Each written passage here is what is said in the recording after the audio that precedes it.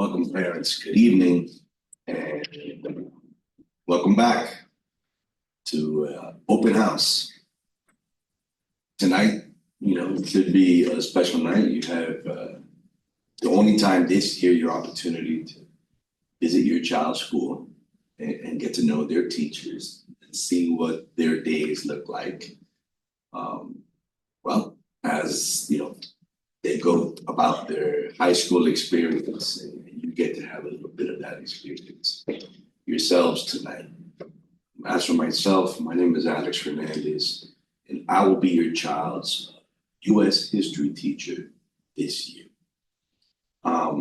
As for myself, I've been teaching here in Bragg since 2000, so I've been here, close to 26 years already. And I've taught everything from beginning of my career, world history. Many years I taught AP US government, and for some time now, 10, 15 years, I've been teaching US history, both at the general level as well as the Cambridge level. So what we're going to talk about is your child in my class, US history, at the general level, a bit about this course. I'm sure you're all familiar with the history class in general. Being that we live in the United States, there's a great emphasis on United States history. I mean, that should make sense. This is a required course for graduation. It's not unelective. I mean, according to state statute, every child that graduates a high school diploma in the state of Florida has to pass a US history course. A requirement of passing a US history course in the state of Florida means not only earning a passing grade, but they also must take and pass what is called end of course exam. My job is not only to give your child the best possible exposure to delivery of US history so as they become acquainted and informed people and citizens eventually, this country and its history. But that I also do the best that I can to help them pass this end of course exam. The end of course exam is worth about 30% of the final grade. So my job is twofold. I have to make sure that your child does well enough in my class with your help, of course, so they receive a passing grade at the end of the year, and they also pass the end of course exam. So far, so good. We're doing well. Last year, we got 81% of our students to pass the Cambridge, not the US history exam. So apparently what we're doing here, we're doing it well. So how did we go about doing it? What's a typical day or week in Mr. Hernandez's class look like? Well, I emphasize several things. I emphasize that we actually have to engage with the material. So we read in class. I'm not going to gamble on whether children are going to read at home. So we make sure that there's reading going on. We read in class. The book that we read, by the way, is this book. I know you're seeing the mirror version. It's called Gateway to US History. Important to note that this is the district approved, and I believe even state approved US history text for juniors in 11th grade. And it's also written to prepare children for the end of grade exam. So we read in class. Of course, I also lecture. I expand upon, highlight, further explain topics that we come across in our readings. I give them work to review what they learned on their own individual. Some teachers might call this classwork, desk work, what have you. It's necessary. And then every once in a while, and we are going according to a timeline, a pacing guide that is set by the district. And so every so often, we have to quiz the children on how well they're remembering the material. So reading, lectures, independent work, and occasional quizzes to assess how well the children are internalizing the material. We do that from time to time as well.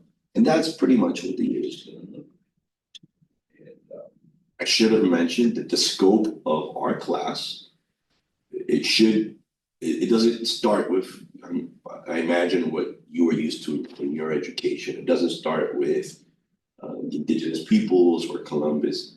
The assumption is they had that in middle school. Understanding that a lot of my students never had a US history class ever. So we're going to get to that point in a second. We start with the American Civil War, 1860s. And then we progress from there.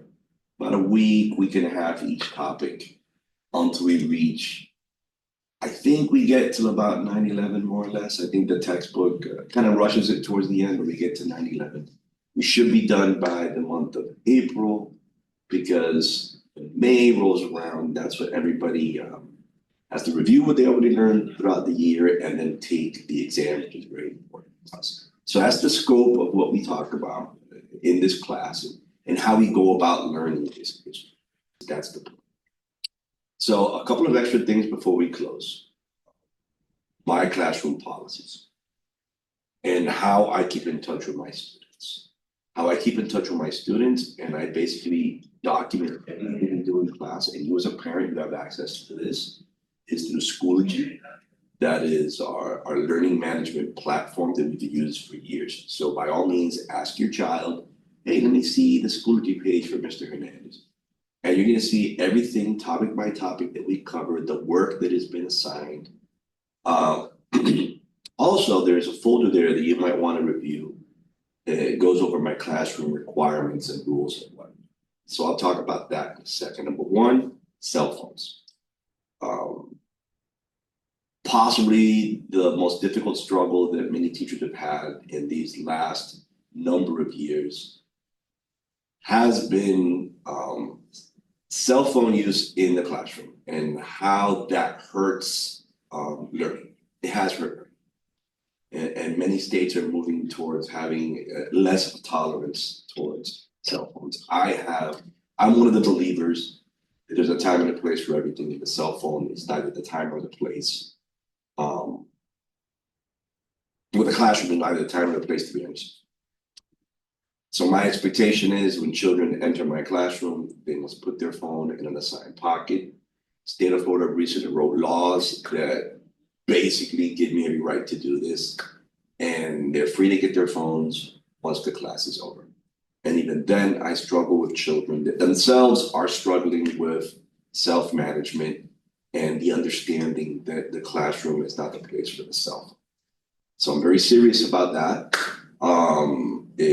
They're supposed to put the phones away. If I see them with the phones, and it's always going to happen, then I have to take steps to discipline that behavior. Parents, please help me. Please stress to your children that you're here to learn, to get an education, not to be on your phone. Because if an adult is not supervising the situation, that's exactly what they're going to do. And so parents, teachers, just help one another to try to stress the importance of when you're in school, when you're in class, 100% of your attention needs to be on getting an education. Absences. Last year, there was a lot of absences, too many absences. That hurts.